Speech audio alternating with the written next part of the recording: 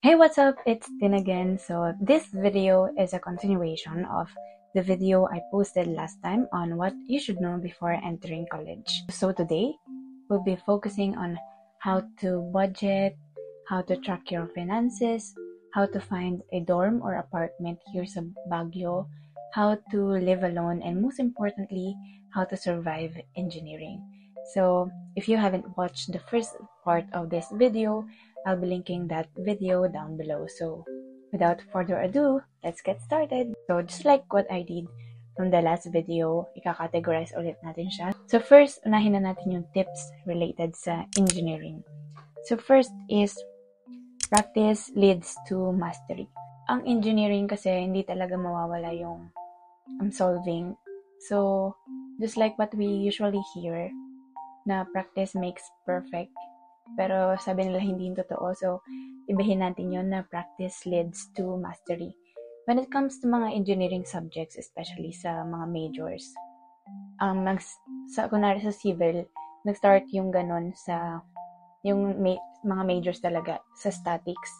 And sa case ko, muntik ako bumagsak sa subject na yun because hindi ako nag-practice problems.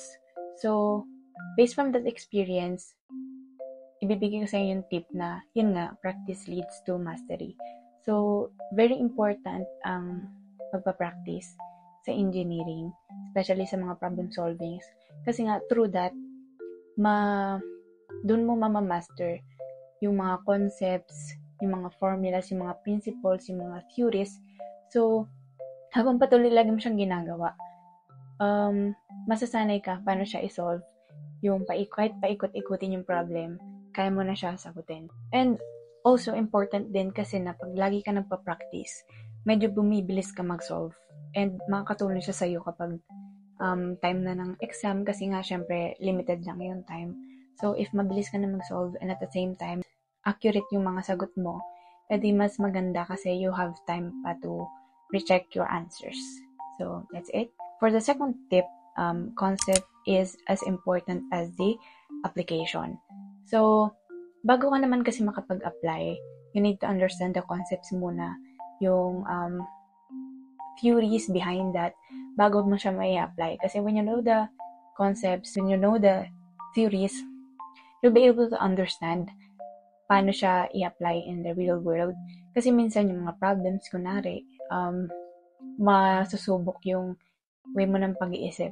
Paano siya sa application.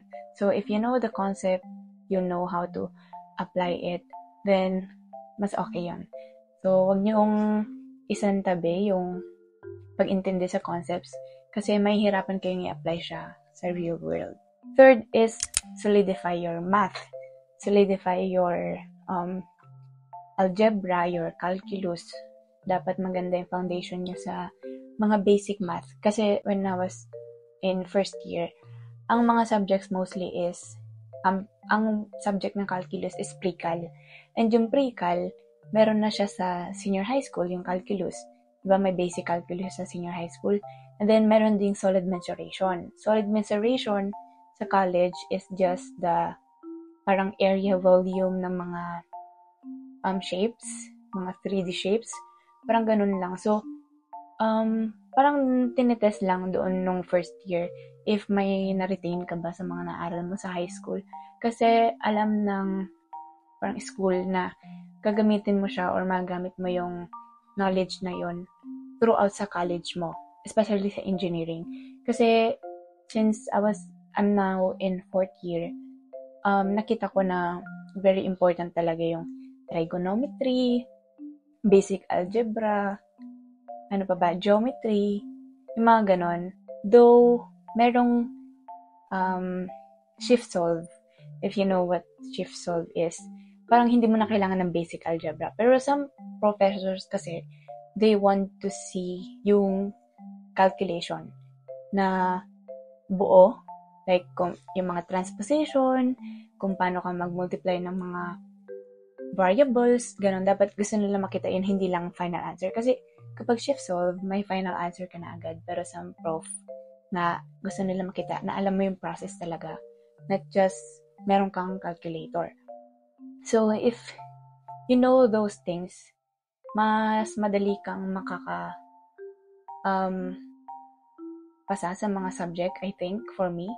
Kasi, mostly naman, ang mga parang, what do you call this? Parang mga process sa pagsosolve is, yun lang din, mga basic algebra, trigonometry, multiplication, division, mga ganun lang. Ang mahalaga is, naintindihan mo yung mga tinuturo na concepts. So, kapag sinabi nila ng puro math yung engineering, wag niyong isipin na like, sobrang hirap na math. More on, dun lang nag-i-stick. Dun lang umiikot more on dun sa mga basic na yun. So, bago kayo mag-engineering, especially if you didn't graduate sa STEM program, dapat solid na yung foundation nyo dito sa mga subjects na to or sa mga areas na to. And then fourth is time management is non-negotiable. As I've said sa previous part of the video, tinakal natin doon yung how to manage time. So sa engineering, sinabi siya na non-negotiable kasi very important talaga yung time management. Hindi lang naman sa engineering. I think that applies to any course. Kasi sa engineering parang super demanding ng mga trabaho. Like sa civil na lang. Kasi sa mga first year, second year, third years, ang daming lab reports, ganyan. And when I say lab reports, parang research type kasi merong introduction, background of the study or discussion of theory, data and results, recommendations, conclusion, and meron yan every week kasi every week kayo nag-experiment. And yung third year, parang Monday to Saturday, merong subject na lab. So, doon sa mga yon may lab report. So, parang 6 lab reports a week. Parang ganon. And sinabi na non-negotiable siya kasi nga, pag wala kang time management, mahirapan ka talaga. Nawalan din ako ng time management. So, nakita ko yung hirap, yung burnout na feel ko kasi nga, lagi na akong nagkakaram, ganyan. Kasalanan ko rin naman kasi nga, pinili ko mag-procrastinate. Fifth is, kailangan fast learner or kahit hindi, basta willing kang matuto. Kasi parang, especially sa mga short term, parang fast pace yung learning. So, mapipilitan ka talagang sumabay sa bilis nung pace nung pag-aaral. So, dapat sana fast learner kayo kasi parang usually sa start is andun pa lang mga fundamentals and then i-apply na siya all throughout ng subject. So, if medyo nahirapan ka sa umpisa, baka mahirapan kang makahabol if mabagal kang matuto. So, if hindi ka naman mabilis matuto, as long as willing kang mag-exert ng extra effort to cope up or makahabol sa studies, then that's better. That's good. Sa engineering naman, hindi pwedeng matalino ka lang eh. Kailangan din na masipag ka, willing kang matuto, willing kang tulungan yung sarili mo. Kasi nga in college, parang hindi spoon-feeding yung nangyayari. More on, sabi nga nila, hindi daw sila teacher, sila ay instructor. So parang in-instruct ka lang nila ng mga wait lang, naano ako sa lang. So yun. So more on, tulungan mo rin yung sarili mo na matuto. Kasi minsan, hindi mo siya magigets kapag, especially may mga prof na hindi magaling. So, pag uwi sa bahay, kailangan mong maghanap ng ibang way para matuto. It's either YouTube or from your friends. Yun. So, minsan, sasabihin mo talaga sa college na parang YouTube University, parang ganun. Kasi, minsan, ang katuwang mo lang din is yung mga YouTube content creator na mga nagtuturo doon. Sixth is critical thinking.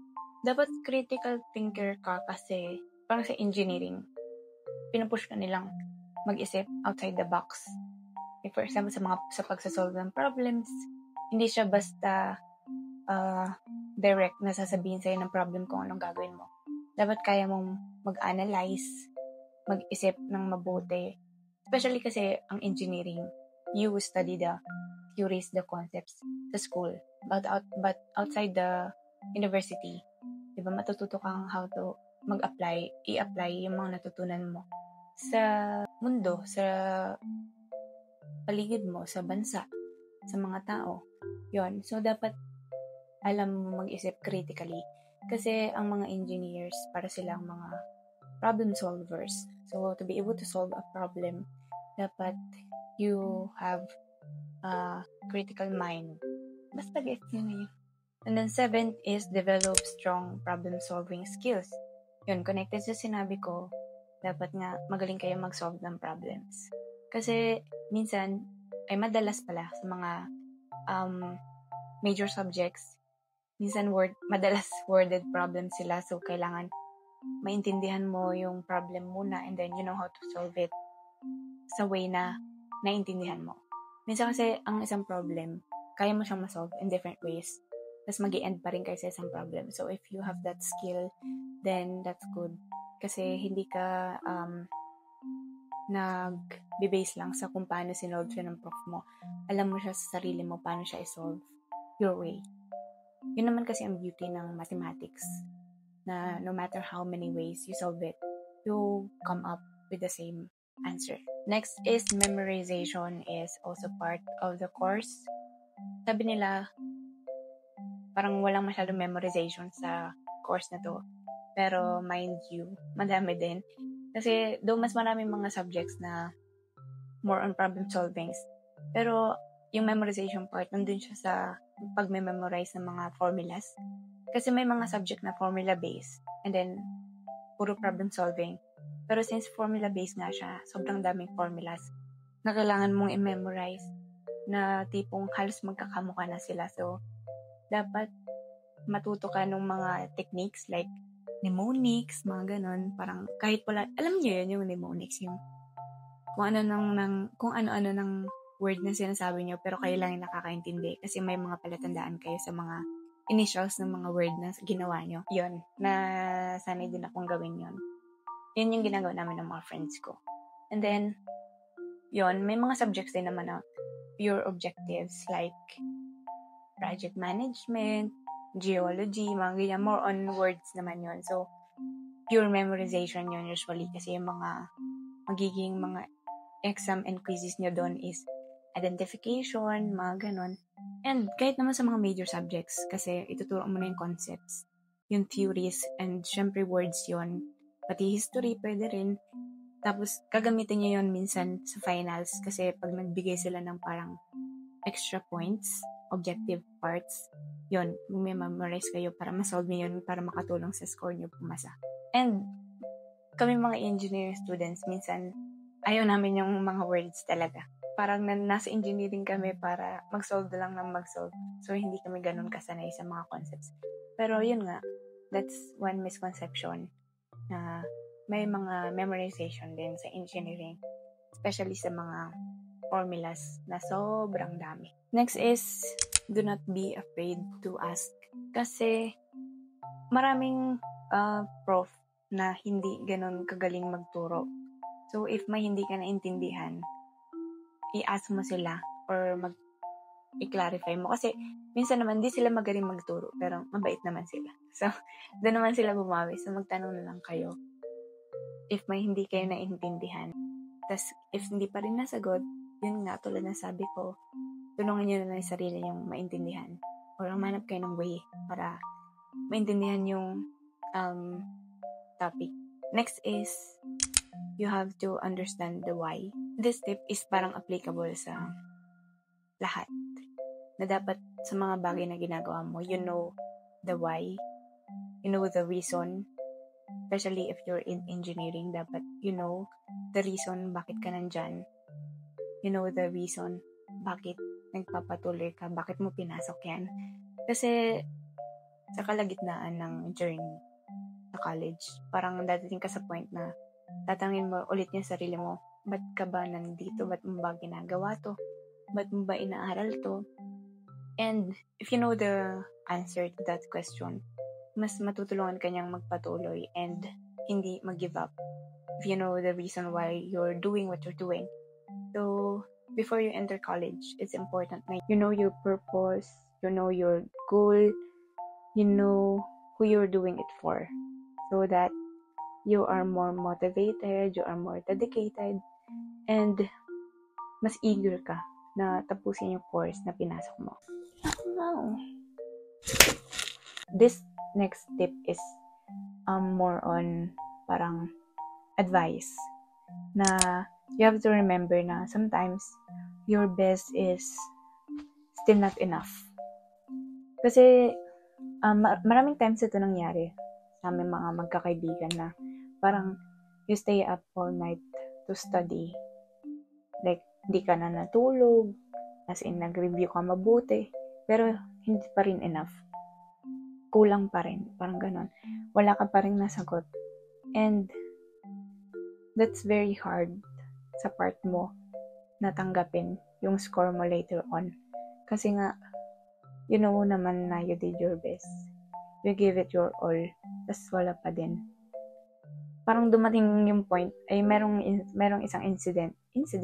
Merong isang time na katatapos lang ng quizzes, tas sobrang pagod na kami ng araw na yon. Kasi sunod-sunod yung mga quizzes ng mga nakaraang araw. Tas bigla na lang umiyak yung isa kong friend. Kasi ngayon, parang nag-compare kami ng sagot. And parang mayroon siyang hindi nagawa na part. So parang alam na namin matik na mali siya yung answer niya. So yun, umiyak na lang siya. Kasi nga, nag-review naman siya. Pero yun nga, hindi pa rin enough. And may ganun din akong instance kasi muntik ako bumagsak before sa isang subject ko. And nung finals na yun kasi finals na, yun na lang yung time ko bumawi. And that day was the final exam. And habang nagsosolve talaga ako, paiyak na ako kasi wala talaga ako masolve. And yung preparation ko for that exam, as in sobrang nag-review ako, naghanap ako ng maraming sample problems online, sinagutan ko, pinractice ko. Pero ang ending, wala pa rin ako masagot kasi sobrang hirap nung exam. And then, nung lumabas ako, I burst into tears. Kasi I know for a fact na baka hindi ako pumasa, baka maging irregular student na ako. Kaya alam ko na sa engineering minsan, even when you give your best, even when you do your best, sometimes hindi pa rin yun sapat. And parang ang hirap niya tanggapin ngayon. Kasi, bakit bakit? Parang bakit? Pero yun nga. Siguro, pag titignan mo na lang siya in a positive aspect na baka may iba pang plan si Lord na kahit sometimes naman kasi talaga even when you do your best, kapag may plano ka, kahit gawin mo lahat, if hindi talaga will, if hindi pa right time, if may mas magandang plan si Lord sa'yo, then baka you have to just accept it and let Him do what His plans are. Ewan ko kung tama ba yun, pero basta gets yun na yun na if may hindi umaayon sa plans, ibig sabihin may mas maganda siyang plans.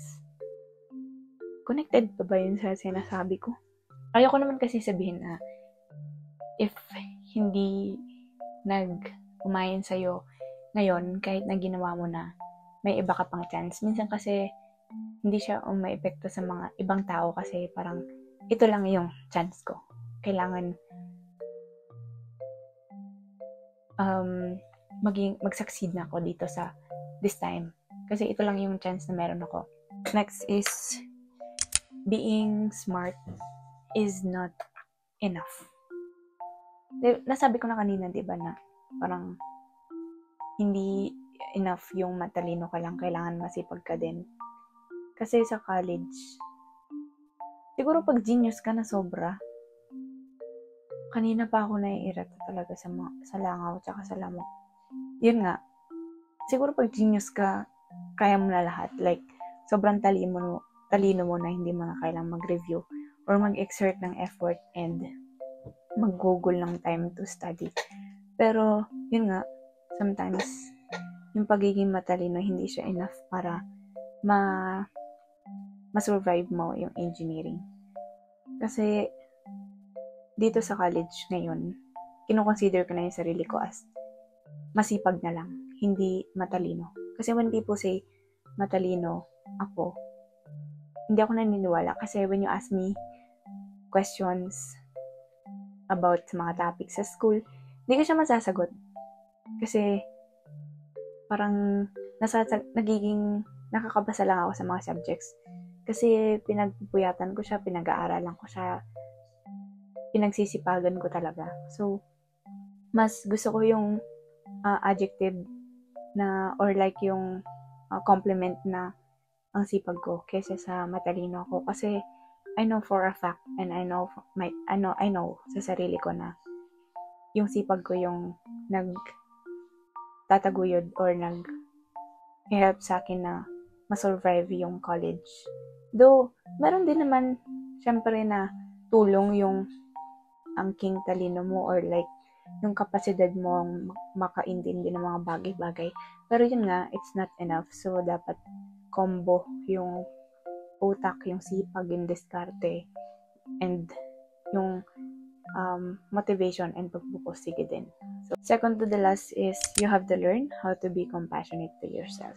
If dadating sa point na babagsak kayo, kunwari, or like, kahit sa mga simple quiz lang, ganun, quiz exam, dapat alam nyo how to be compassionate sa sarili nyo. Katulad na nabanggit ko last time, huwag kayo maging hard sa sarili nyo kapag mabagsak kayo kasi yun nga, it's part of the learning process na magkamali and mag-try ng paulit-ulit.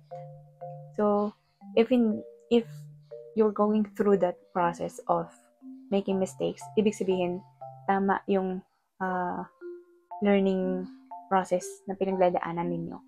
And sometimes, especially if you have high expectations sa sarili nyo, minsan mahirap talagang tumingin sa mga positive na bagay. And you'll end up blaming yourself for example, not studying ng sobra, or you'll think na baka kulang pa yung effort na in-exert mo, and then you'll end up blaming yourself for the result. Pero if alam mo sa sarili mo na you really did your best, you study kung hanggang saan lang ay makakaya mo. Ang gusto ko lang sabihin is, commend yourself for doing such, diba? Commend yourself for staying up until bumigay na yung mata mo, for trying to understand all of the topics. And if nagkulang man, if hindi pumasa, yun nga, okay lang naman umiyak if nalulungkot kayo. Okay lang na magpahinga or huminto muna. Okay lang na dibdibin. Pero, wag masyadong matagal. Kasi, tapos na yon. We cannot control what already happened. What we have control of what's going to happen pa. So, dun ka na lang mag-focus. Kasi, dun ka may magagawa pa. Okay? So, wag niyong sisihin yung sarili niyo. Kung gaano ka mag-comfort ng friend mo na bagsak, dapat ganun ka rin sa sarili mo kapag nandun ka sa situation na yon. Okay? And then lastly is to take care of your well-being. Kaya sa physical, sa mental, emotional, spiritual, yun. You take care of yourself, you cook for yourself, or you eat healthy. Yun yung kalilimutan, kumain, uminom ng tubig, matulog, mag-chill, paminsan-minsan, and lumabas, mag-enjoy, gawin yung mga bagay na nakapagpapasaya sa inyo. Kasi yung state mo, mentally, physically, that is one of the factors na magde-decide paano ka magpa-perform sa college. Kasi, of course, it's obvious na yung state mo, physically and mentally, will affect kung paano ka sa day-to-day na buhay mo. So, yun, para ma-survive mo ang engineering, alagaan mo yung sarili mo. And as much as possible, you have to have a life outside school para hindi mo ma-feel na doon na lang umiikot yung mundo mo, and doon nakadepende kung anong joy or emotion ang mapifeel mo. Kasi there's a lot of things that you can do outside the academe. Next category is paano mag-track ng finances and paano daw magtipid. Kasi knowing na Baguio, very expensive for me na galing sa probinsya. Feeling ko ang expensive ng pamumuhay dito.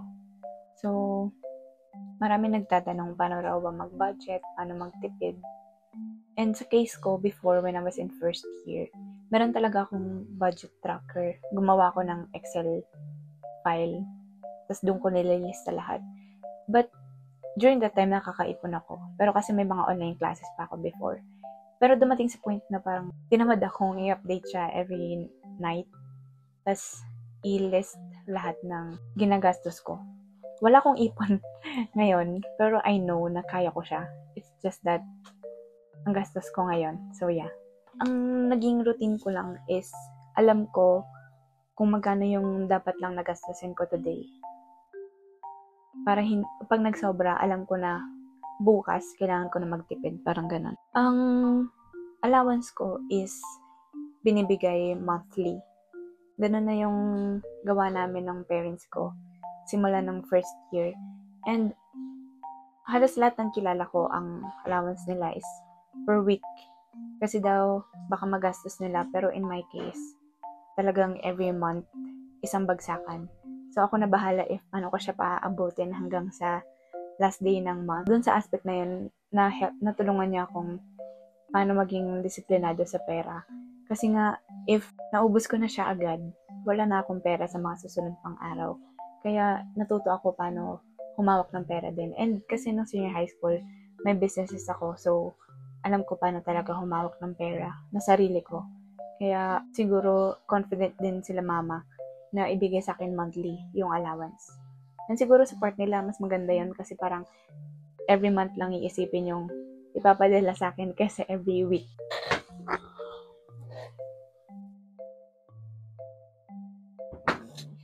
First hack siguro or pinaka-main is magluto sa bahay or magkarinderya. Noon kasi nagluluto ako lagi pero kasi before wala pa akong ref. So, ang ginawa ko nung third year ako, nagkakarinderya na lang talaga ako kasi ang schedule ko is meron akong 4 hours na vacant during lunchtime. So, bibili na lang ako ng kalahating ulam sa karinderya. 40 pesos lang yon. Tapos, bibili na rin ako ng pang-dinner ko, another 40 pesos. So, parang 80 pesos lang ako everyday sa ulam. Tapos, magsasaing na lang ako sa bahay. Mas mura yon and siguro mas less yung time na i-consume. Pero, if gusto mo magluto, then go. Kasi, mas sure ka kung paano prepare yung food. And mas makaka-decide ka kung ano talaga yung gusto mong kainin. So, if kaya mo magluto, if may ref ka, if may malapit na lang na bilihan sa inyo, mas makakatipid ka if magluluto ka kaysa sa mga fast food. Syempre, of course, mas mahal talaga if may bili ka lang ng mga fast food. Syempre, ang binibili mo dun is yung service aside sa brand. Diba? Pero, if gusto mo talaga makatipid and then you eat sa mga mas mura na pagkainan or magluto ka. Next tip is maglakad ka if kaya mo. Sa akin kasi, pwede ako mag-jeep. Pero kasi, kaya namang lakarin yung pa-school. Pero sobrang pataas nga lang. Pero since gusto ko nga makatipid kahit papano, naglalakad na lang ako. So, if you can walk, then you walk. Para makatipid ka rin kasi magkano din yung pamasahe, diba? Sayang din yun. Pero if hindi mo kayang i-sacrifice yun, yung part na yun, so sige, sumakay ka. Pero if you can, and you're willing to walk naman, consider mo na lang yun as exercise mo. Kasi sa college naman, hindi ka na masyado magiging active hindi masyado magiging active yung lifestyle mo. So, consider mo na lang yun as exercise mo every morning. Kasi ako, yung pataas every morning, kahit na minsan pag hingal na kinukonsider ko na lang siya as cardio. Pero yun, you walk when you can. Walkable naman kasi ang Baguio. For me, basta hindi malakas yung ulan. Pero kasi with the weather and yung environment, parang ang sarap lang maglakad-lakad. Third is you cut down sa mga non-essential. Feeling ko common knowledge naman na kapag hindi kailangan, wag bilhin. Dapat may category ka na kung ano yung needs sa wants. Dapat ipaghiwalay mo yon. And wag mong bilhin if wala naman siya sa category na need. Dapat yung mga wants na bibili mo lang siya kapag may extra ka, ganyan. Or siguro sa pag-cut down ng non-essentials, siguro yung mga drinks, ganon. Wag mo nang partneran, magtubig ka na lang, ganon. If nagtitipid ka talaga.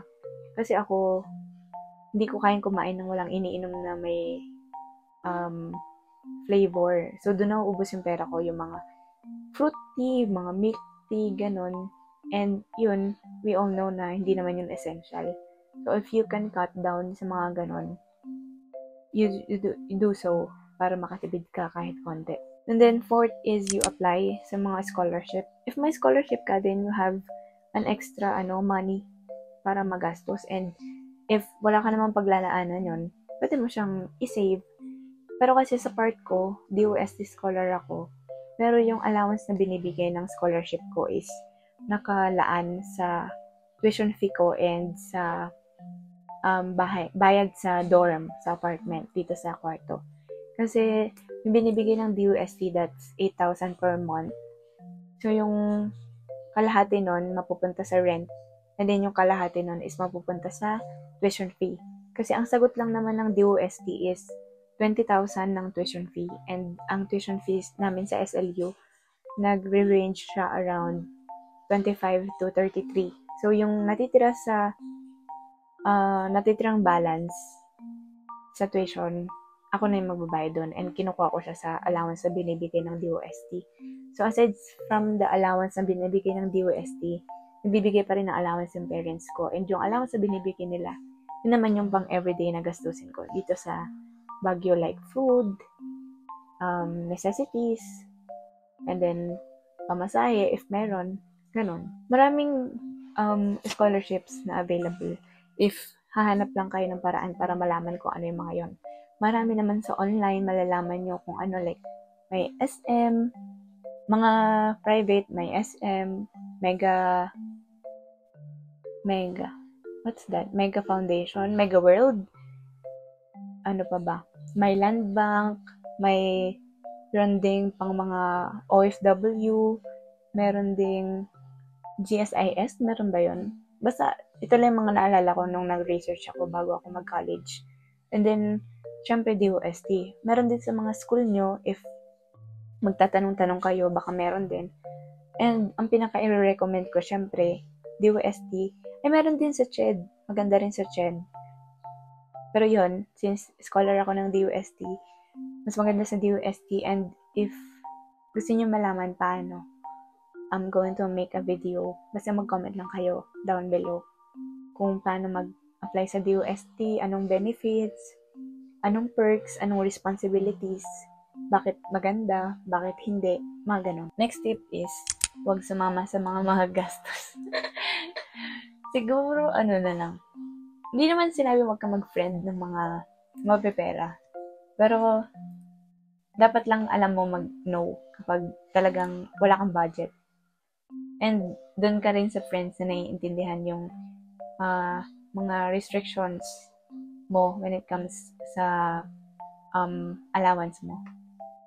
So, sige, sumama ka pa rin sa kanila pero minsan lang.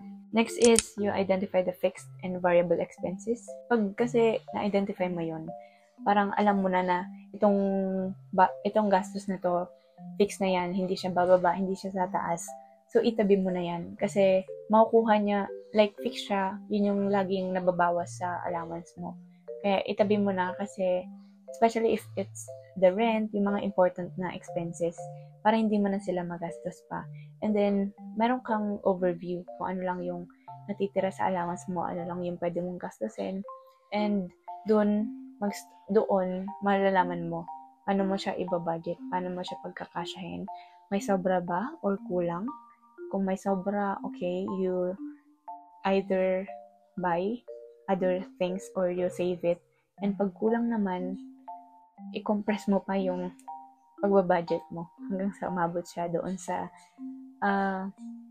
time na dapat meron ka pang allowance. Third category is tips for those na titira sa Baguio. Pag kasi inisip mo Baguio, like, wow, gusto ko dyan. Parang ang sarap i-romanticize ng pagtira sa Baguio kasi nga, yung weather, ganyan. Parang ang babait lang ng mga tao, ang peaceful lang. Yeah, it's true. Pero may mga downside din siya. And siguro pag dumira ka lang dito, dun mo lang ma-realize yung mga pangit sa pagtira dito. Pero marami rin maganda talaga. Ito mga tips na sasabihin ko, makatulong siya sa inyo para medyo mapadali yung buhay nyo dito sa Baguio. Of course, first and foremost, you have to find a place near sa bahay mo. Kasi, as I've mentioned sa previous part, traffic. So, dapat yung bahay na mahanap mo is malapit lang sa school. Katulad din dito sa akin, naglalakad lang ako. So, walang makakapagpalate sa akin na other things besides sa sarili ko. Kasi ako lang naman yung may kasalanan kapag na-late ako kasi naglalakad lang naman ako. Unlike kapag magko-commute ka pa, ang daming factors like yung traffic, yung availability ng sasakyan, and kunwari may incident, yung mga ganun, ang daming pwede maka-apekto sa time of arrival mo sa school. So, as much as possible, tanggalin mo yung mga factors na yun, humanap ka ng bahay na malapit sa school mo. If hindi mo malapit, then ikaw na bahala doon. Yung time management mo na yan. Katulad ng sinabi ko last time, agahan mong umalis sa bahay mo. Next tip is you find a place na may natural ventilation. Kasi sa previous dorm or apartment namin, para siyang, hindi siya basement, pero like, sobra walang bintana ata yung kwarto namin. Tapos mga wooden pa yung double deck, itong higaan. Tapos maliit lang siya. Tapos so yun nga, walang bintana and natural ventilation and yung lighting.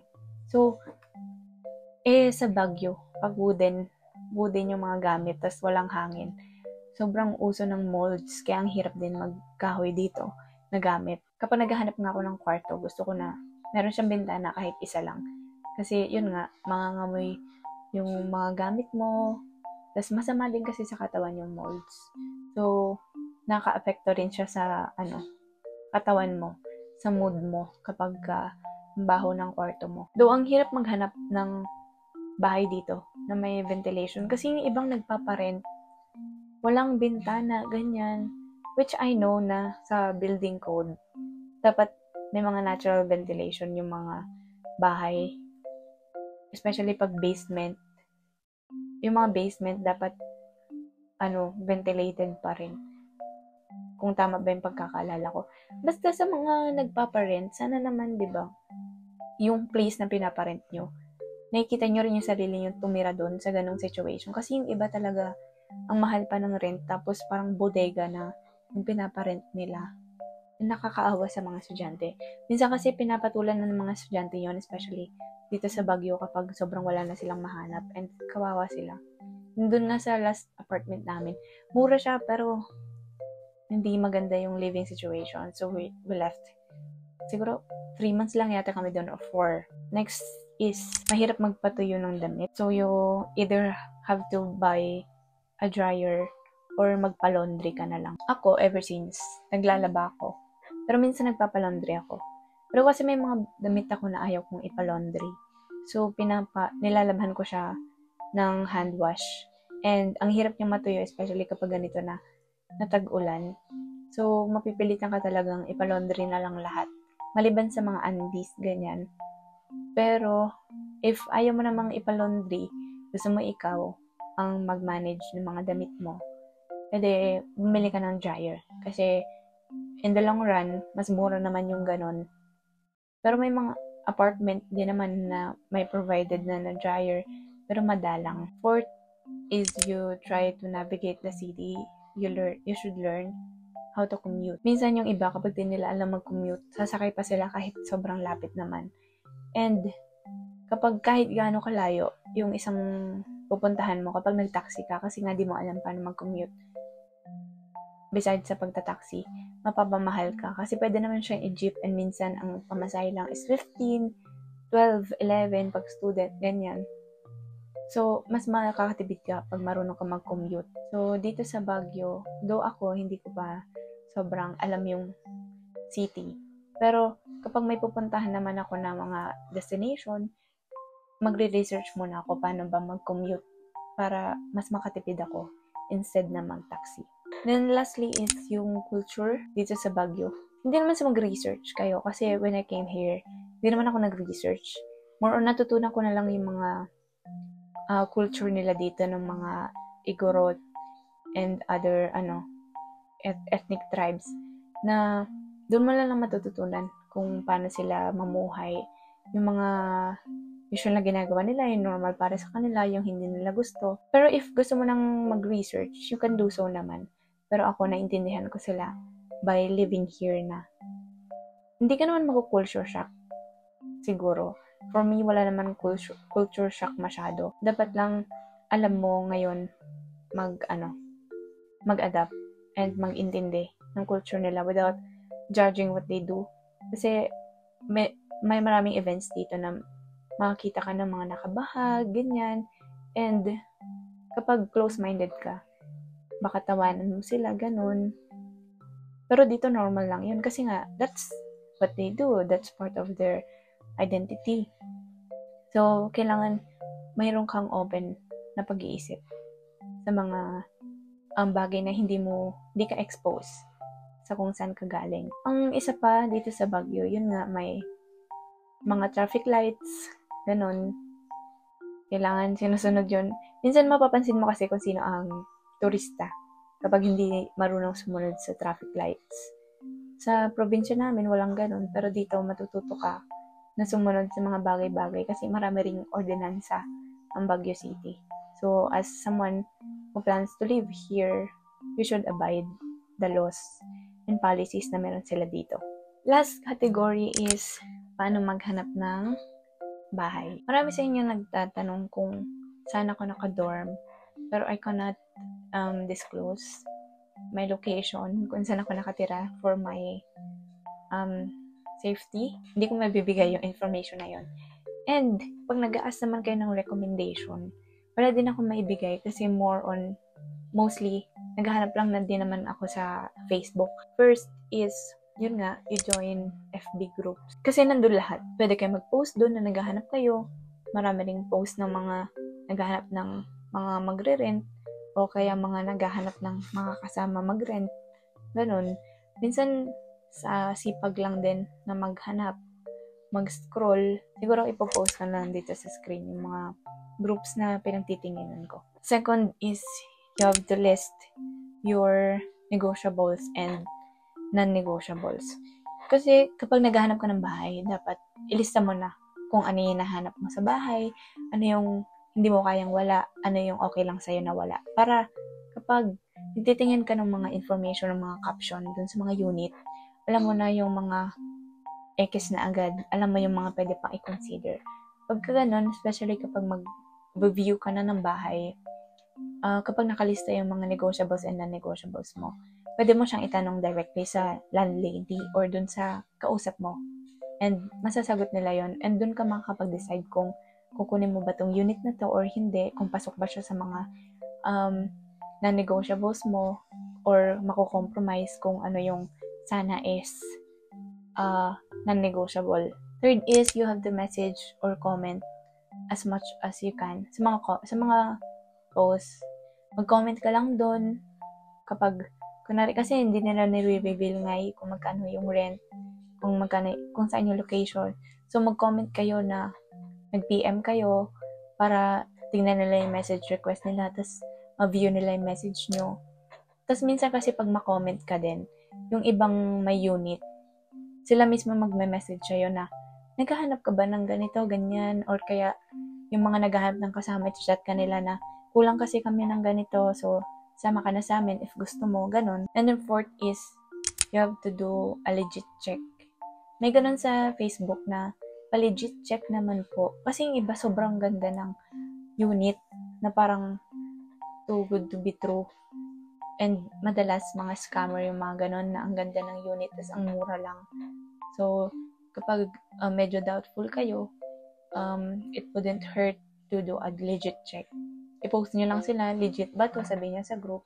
And then yung mga members, bahala na silang tulungan ka na i-legit check nyo. Kung magko-comment sila, ay, legit yan. Doon ka maniwala na if marami nagsasabi na legit. Pero pag sinabi na lang scammer, and then, naka-safe ka from that scammer. Fifth is you have to visit the place. Yung pag-view ng mga nakita mo sa Facebook is a must. Kasi minsan, iba sila sa pictures. Na-try ko na maraming beses na pagdating sa personal, maliit lang pala siya kasi sa picture mukhang malaki, naka 0.5, pero pagdating sa personal, hindi pala. Tapos may kita mo na kasi lahat ng part ng bahay kapag venue mo. And mas madali makapag-communicate sa landlady or landlord kapag venue mo. Yung iba kasi sabi nila, ayaw nilang ipa-view, kailangan pictures lang, tapos mag-transact ka na.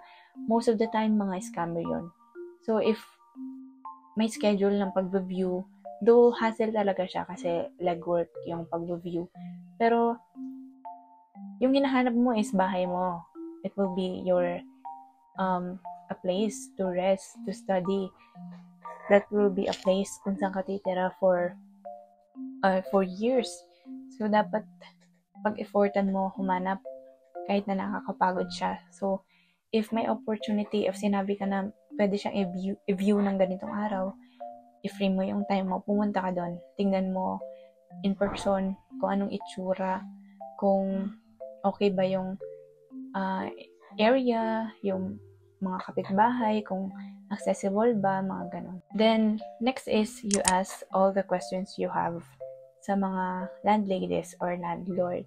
Bago ka mag-visit naman, ilista mo na kung ano ba yung mga hinahanap mo, ano ba yung mga tanong mo, para pagdating mo doon, itanong mo na lahat, tapos mag-decide ka na lang pag uwi mo kung nasagot ba lahat ng tanong mo, tapos okay na may mga sagot, pasok siya sa mga parang bucket list mo, na-check naman lahat.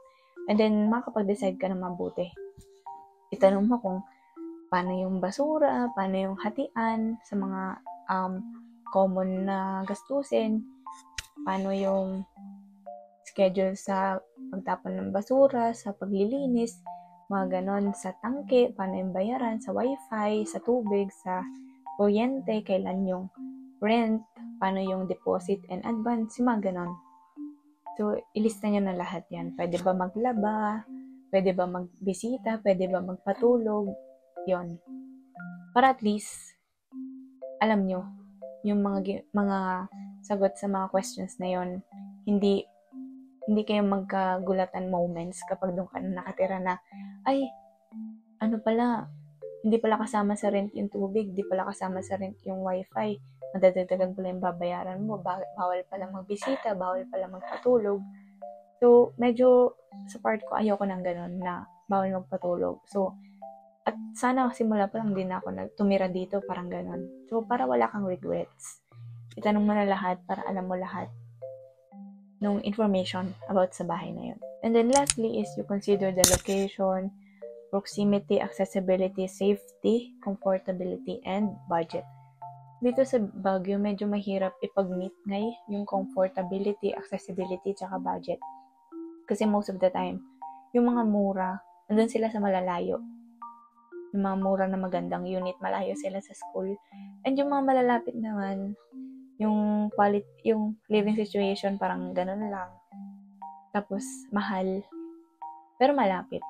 Yun yung mahirap dito sa Baguio. Kaya if gusto mo ng malapit, medyo mahal. Or kaya naman, hindi maganda yung living situation. Pwede naman yung mga one ride lang, isang sakay lang. So, medyo mura na yung mga isang sakay from your school. Maganda na rin yung iba. Pero ikaw ang mag-decide kung hanggang saan yung kaya mong i-tolerate na nakapangitan. Like, sige, pwede na to. Minsan mag-settle ka na sa pwede na. Depende sa budget mo kasi talaga. Kami kasi dito sa dorm, ang eksena dito is per room, 2 kayo, bunk bed. 4K a month, wala pang tubig and kuryente, pero may wifi na. Pwede rin maglaba kasi may terrace. Tapos, okay naman yung environment kasi 2 years and 7 months na kami dito. So, yun. Wala namang problem. Kilala ko na may mga kadorm ko. Sila na kasama ko ever since. So, yun. Okay. And malapit din siya sa school. Feeling ko yung 4K, mahal siya compared sa province. Pero okay na siya pag dito mo ibibase sa Baguio. Good luck sa paghahanap ng bahay. Dapat pag pinapanood mo to ngayon, dapat may bahay ka na kasi pasukan na to eh. So, that's all for the category. Next is mga general na lang. General tips. First is, iwasan nyo yung crab mentality sa college. Yun nga, sabi ko last time, iisa lang naman ang goal nyo lahat dito. Yun ay makagraduate. So, huwag nyo nang ituring yung isa't isa as kalaban. Huwag na kayo maghilahan pababa. Tulungan nyo ang isa't isa na makaangat.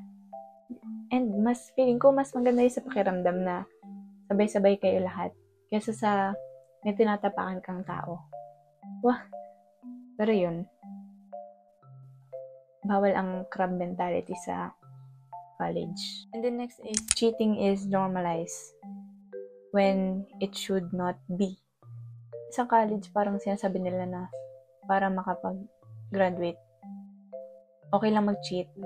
Pero it's not. And it will never be. Wah! And wag natin siya i-normalize and wag siyang gawing reason. Kasi ang daming baluktot yung reasoning na kaya ako nag-cheat para makapasa ako and nagkokopyahan kayo para lahat kayo makapasa. Kasi meron namang right way to do that, to achieve that goal. And hindi naman siya nagmamalinis, pero mas maganda sa feeling na ma-achieve niyo yung mga great things in life.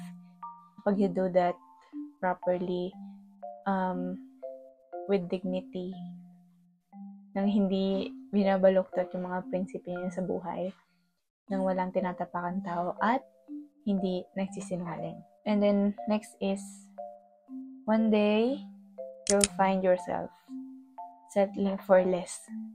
Sabi kasi nila, akala ko rin hindi ako magsasabi na okay na ako sa 75. Parang noon kasi, parang ang pinaka-minimum ko na is line of 8.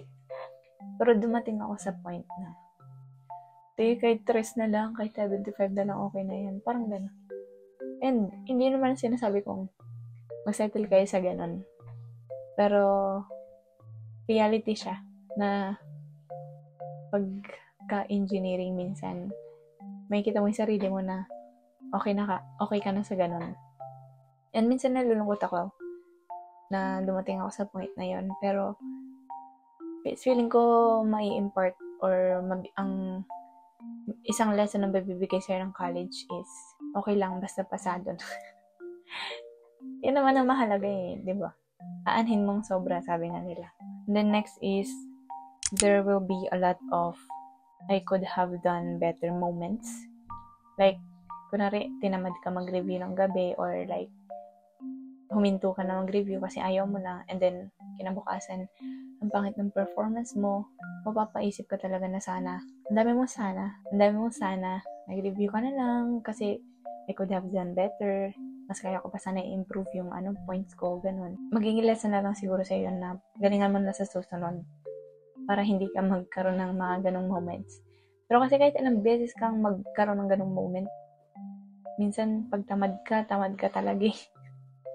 Pero if ayaw nyo ng ganun, syempre bumawi na lang kayo sa susunod. I-take nyo yun as lesson na sa susunod.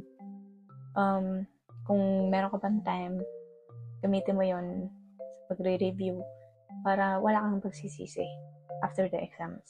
And then second to the last is college will really question your capabilities. Dadating ka sa point ng college journey mo na sa pagsunod-sunod, lalo na yung failures, darating sa point na parang i-question mo kung kaya mo ba, kung para dito ka ba talaga, if ito ba talaga ang path na para sa'yo, if deserve mo ba bang magstay dito, if mag-shift ka na ba, Ang daming ganun. Especially may mga prof pa na ipapamuka na mag-shift na kayo, ba't ka ba nandito, panay ka bagsak. Pagka mga ganitong times, important talaga na alam mo sa sarili mo yung why. Ito din sinabi ko kanina. Alam mo sa sarili mo kung anong kaya mo. If secure ka sa sarili mo, malalampasan mo yung mga ganitong moments. Pero sometimes it's inevitable. Pero it's how you cope up with these ideas. It's how you remove those ideas ahead mo. It's how you assure yourself or give yourself the courage to continue despite sa mga paligid or mga happenings na nangyayari na nagkukos ng doubt mo sa sarili mo. Ako, I have a lot of moments na ayoko na sa engineering. Kasi di ko talaga siya gusto. And maraming times every semester before, gusto ko nang mag-shift. Kasi parang hindi ko nakikita yung sarili ko maging engineer. Parang hindi ko kaya. Kasi nahihirapan ako sa mga subject ko. Pero ang lagi kong sinasabi kay Lord noon is, if hindi ako para dito, pag bumagsak ako, mag-shift na talaga ako. Pero until now, regular pa naman ako. So parang tinake ko na yun as sign na baka dito talaga ako. And nakakayanan ko naman because I have Him. And nagtitiwala siya na kaya ko. So, if He believes in me, if the people around me believes in me, I should also believe in me. So, yun, in a world full of doubt, you have the people around you na magbibigay sa'yo ng courage and magpapatunay na andyan lang sila para sa'yo. So, kayanin mo nalampasan yung mga pagsubok na binabato sa'yo ng life. And then lastly, pinaka-last na tip is enjoy. Yes. Enjoy nyo lang yung college. Kasi tulad nga ng sabi ko, ang daming pwede mangyari sa college. Mahirap siya pero promise, enjoy siya talaga. Pero sa mga nagsasabi na boring ang college, ikaw naman kasi ang magde-decide paano tatakbo yung college life nyo. You have to make the most out of your college life. Join a lot of organizations, mga activities. Yun nga, sabi ko, you have to have a life outside the university, outside yung pag-aaral, para makita mo yung other side ng college life na hindi siya puro aral lang. Meron ding happy-happy, ganun. And yun, i-enjoy nyo. As for me, though I didn't like my course, I feel like na-enjoy ko siya because of the environment, because of the school, because of the friends I have. And that joy na napafind ko sa mga bagay-bagay na yun, it helped me to survive college and be able to be at the place where I am right now. So, yeah, that's all for the tips and advice for those incoming freshmen and sa inyo na mga mag-aaral dito sa Baguio. So, sana may natutunan kayo sa dalawang video natin. And I wish you luck sa college journey nyo. And, yeah, good luck. Bye!